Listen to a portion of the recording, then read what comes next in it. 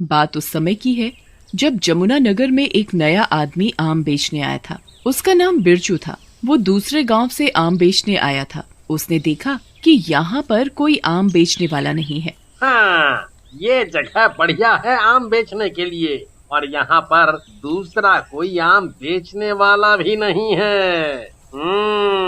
और फिर बिरजू टोकरे को अपने सिर रखकर उस गांव में आम बेचने लगता है। आम ले लो, आम रसीले मीठे आम, ताजे ताजे आम, एकदम सस्ते और बढ़िया आम। तो एक बार खाएगा वो बार बार आएगा। आओ चले आओ, आज चले आओ, मीठे आम, सस्ते आम, रसीले आम। तभी एक औरत उस बिरजू की आवाज सुनकर उससे आम खरीदने आती है। भैया, आपको तो इस गांव में पहले कभी नहीं देखा। लगता है आप इस गांव में नए आए हो। जी, मैं इस गांव में आम बेचने आज ही आया हूँ। ये आपने सही किया जो हमारे गांव में आम बेचने आ गए। यहाँ कोई आम बेचने वाला नहीं है, इसीलिए हम लोग तो आम खाने के लिए तरस जाते थे। आम खाने के लिए हमें दूसरे गांव से आम मंगाने पड़ते थे। आप मेरे आम एक बार खा कर देखो, इनका स्वाद भूल नहीं पाओगे। पहले जरा आम चखा कर तो दिखाओ, आम बढ़िया भी है या नहीं। हाँ हाँ, अभी चखाता हूँ। बिरजू उस औरत को आम चखा कर दिखाता है। वाकई में तुम्हारे आम तो बड़े ही स्वादिष्ट हैं भैया। एक काम करो, आप मुझे 2 किलो आम दे दो। वो औरत बिरजू को पैसे दे देती है और आम लेकर वो औरत अपने घर चली जाती है। क्योंकि वो और कोई नहीं, एक भूत होता है। वो आम वाले का रूप लेकर इस गांव में आया था। अब वो दिन दूर नहीं जब मैं एक एक करके इस गांव के सभी आदमियों को अपने आम खिलाकर अपने वश में कर लूंगा।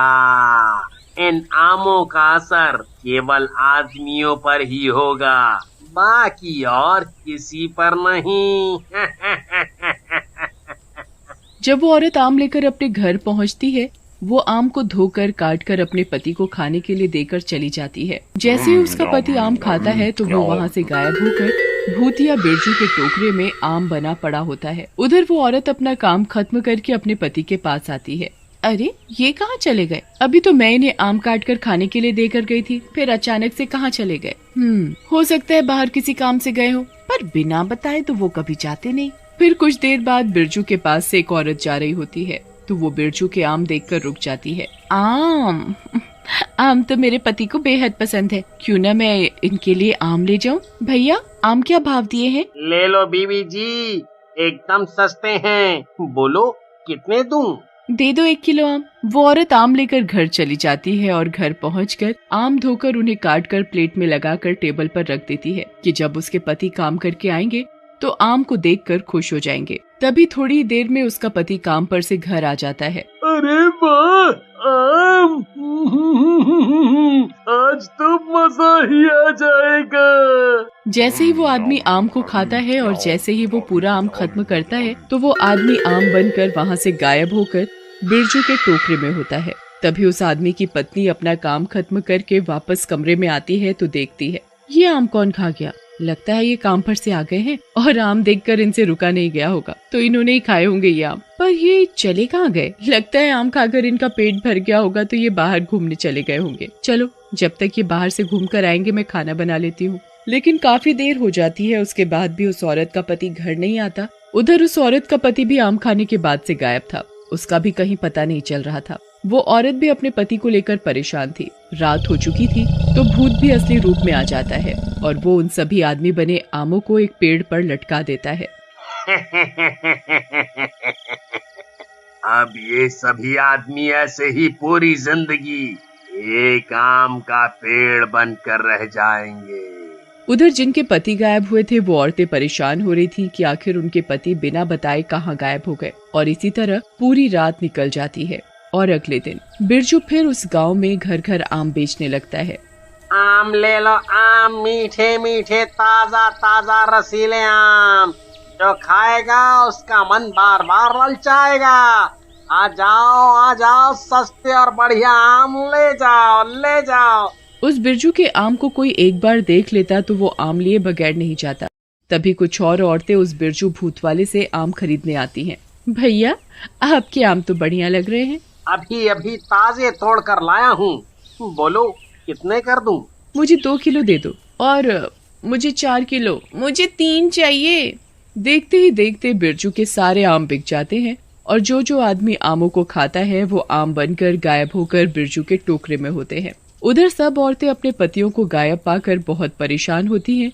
समझ नहीं आ रहा कि मेरे पति बिना बताए कहाँ चले गए। ऐसा तो उन्होंने कभी नहीं किया। हाँ, मेरे पति भी कभी ऐसा नहीं करते। देखो ना, मेरे पति जगन भी गायब हैं। उनका भी कुछ पता नहीं चल रहा।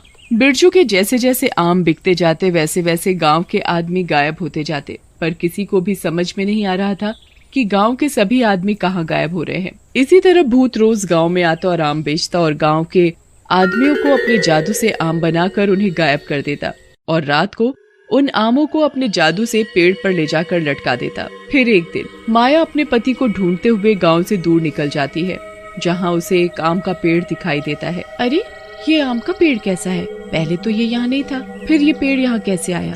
और इस पर तो बड़े मीठे मीठे आम लगे हैं। क्यों न मैं इन्हें तोड़कर खा लूं। जैसे ही वो औरत आम तोड़ने के लिए अपना हाथ बढ़ाती है, तभी उस पेड़ पर लगे आम के अंदर से रोने की आवाज सुनाई देती है।